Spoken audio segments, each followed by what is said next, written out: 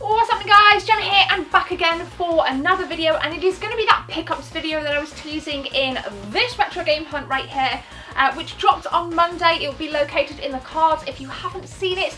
And I'm just kind of like stood here thinking this is the first one of 2018, and absolutely keep an eye out for more because pickups and retro game hunt videos really make me buzz.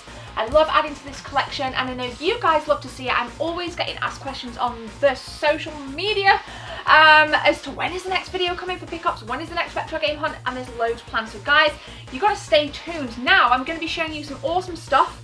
Got a nice little haul over here with some SNES, some Sega Mega Drive, some PS1, and I'm excited, you know. This year's going to be awesome. I'm so pumped for it. So without further ado guys, I'm going to show you what I got, and as ever, let me know what you've been picking up recently in the comment section below.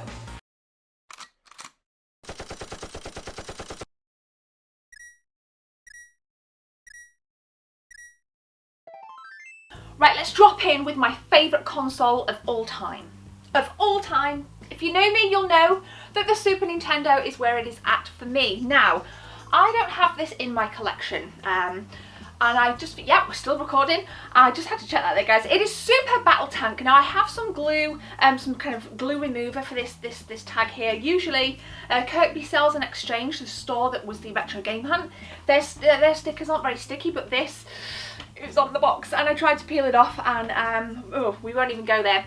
So Super Battle Tank. I love this quote here on the front. Looks so real that you'll wonder if it's a Super NES or CNN. Nintendo Power, December 91. Like, seriously, that stuff, like, what even, mate? Did anybody actually believe that crap back in the early 90s? But I picked this up because I don't have it. I have played it back in the day. It's not too bad, it's not too shabby. Box condition's really, really nice, and everything is included in here, guys. I will link additional pictures on my Instagram throughout the week. So super stoked to kind of pad out the SNES collection a little bit more. Now, this next Super Nintendo game is also boxed, but I own it. However,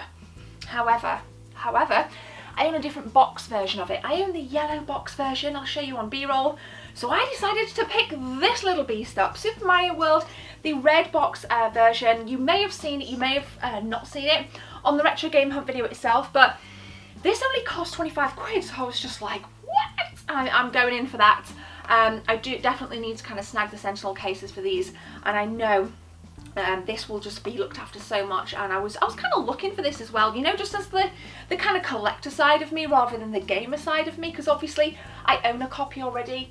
I don't think I own it on NTSC, my NTSC SNES collection, but it's nice just to get that alongside the yellow box version of Super Mario World there, so hopefully that won't fall. SNES collection, starting this off really nice in this video, guys. Let's take a look at the rest of the stuff. Right. Fran came with me, my friend, you may, again, if you've seen the video, Fran came with me, and Fran actually picked this one out, guys. It's a PS1 game. I'm going to leave it to you as to see if, you know, I briefly mentioned something about PS1 games in the video. Now, guys, I picked up Pandemonium 2. This is an immaculate copy. A little bit of sticker to remove there, but that's fine. An immaculate copy of Pandemonium 2. I do own the first somewhere in this PS1 haul, the collection back here, but I didn't own the second one, and it's not something that I come across very often.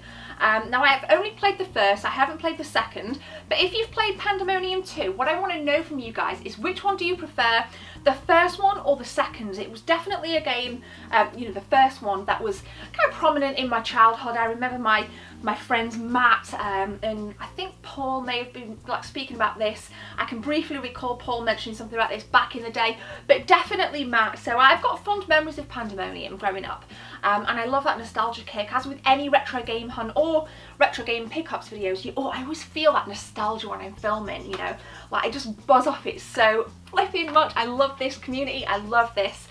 So guys, back to the topic. Pandemonium 2, have you played it? Which one do you prefer, at the first or the second? Let's keep going, shall we? We'll keep these things right here. I'm going to scooch off. Picked up a GameCube video. Picked up a GameCube game now. You may again have seen this in the Retro Game Hunt. I tried to kind of blag it that I wasn't buying it in the Game Hunt video, but because I didn't want to spoil pickups. But nonetheless, we picked up Mario Party 4 on the GameCube. I think this was £15. Boxed complete, really nice condition. Don't see it around that often, whether it's a kind of game store or an expo or a market. Don't see this around often at all. So one of the things I really like about these local stores is just finding little gems like this. Now, my GameCube collection only includes games that I typically would play. It's not something that I would pad out like my SNES collection, you know, with like shelf fillers. Like, you know, I'd never buy 2 copies of the same game on the GameCube, whereas I've got 2 copies of Mario World, because that collector in me really wants to have the you know, the boxes, whereas the GameCuber in me is the gamer in me rather than the collector. It's just games that I will play. And Mario Party 4 I think would be quite fun to play with my nephews, who are huge gamers. Thankfully, taught them well. And Ruben especially loves his Mario. He's Mario nuts. Like, he's Mario crazy. This kid loves it. I'm just getting him into Splatoon as well. So I've lent him Splatoon on the Wii U, so he's really upcoming with his Splatoon game as well. But I figured that Mario Party 4 would be a good one to play next time we have a gaming night here. So I'm super stoked to get that. We're putting it in the GameCube collection down there, so a lot smaller than the rest of the stuff that's dotted all around this room. So that's super cool, guys. Let me know what you think about Mario Party 4. Right, we've got a couple of Sega Mega Drive games now, one of which Fran and I had an absolute barrel of laughs over because I ain't going to play it. It's super cheesy, but I've never seen it in the flesh, so I'm like, for £2, I'm picking it up. Guys, it's this. Art Alive. It looks super cheesy with like the kids, the dodgy 90s kids on the front. And obviously Fran being like doing a lot of Photoshop work as her career, we were just laughing at this being like the Sega Mega Drive's answer to Photoshop, you know. And if you can remember Mario Paint, which we got up there on the Super Nintendo, you know, similar jokes have arisen on social media along the kind of 90s Photoshop kind of cheesiness on the 16-bit consoles. I've never seen this about, guys. Art Alive, it's not some, you know, I might actually play it. We'll actually see. We'll maybe kind of give this a go, but let me know if you've seen it. The artwork again is like uber cheesy. It's like reeks early 90s, like just like the pattern in the background. Oh my goodness gracious. But if you've got it, let me know, and if you've played it, let me know. And Fran, you know you loved it. It was actually Fran that found this. No, I'm only joking. I'm only joking. Last game then, again a game that I've never seen, Budokan, if I've pronounced that right. It's like a martial arts fighter game, which I thought looked really, really cool. Unfortunately the box is a little bit tatty, but it is box complete. And I think, you know, alongside the Super Nintendo, the Sega Mega Drive is where I want to pad out my collection, you know, because the 16-bit gaming era was my core gaming era growing up in the 90s, so it's what I'm kind of like most familiar with.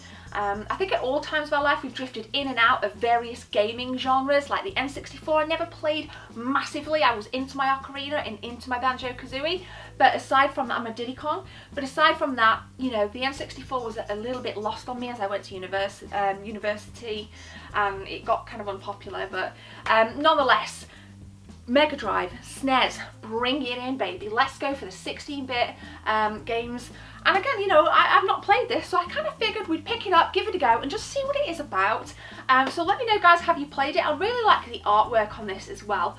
It looks pretty gnarly. I don't think Fran had heard of it when we were we got back and we were kind of talking about what I picked up. Don't think she'd heard of it either. So let me know if you have. Let me know if it's a good game. And guys, let's conclude. So there we go. That is the first, I say that's the first haul. It's my first official pickups, but in this video here, again, just want to give props to Steve for giving me all of the stuff. I'll link that video in the cards if you've not seen this. Go and check it out, you will be blown away. So I guess this is kind of the second pickups of the year, but my first official kind of go out and buy from a retro game hunt. And I thoroughly enjoy it, like I said a couple of minutes ago in the video, so thank you very much for supporting my content. We have loads planned and it is going to be a great year, stream-wise and video-wise, so make sure you guys hit subscribe and hit like and ding dong that notifications bell so you get your notifications if I post, etc, etc. But thank you, seriously, all jokes aside, thank you for watching, guys. Really appreciate the support. My name's Gemma, take care. See you soon.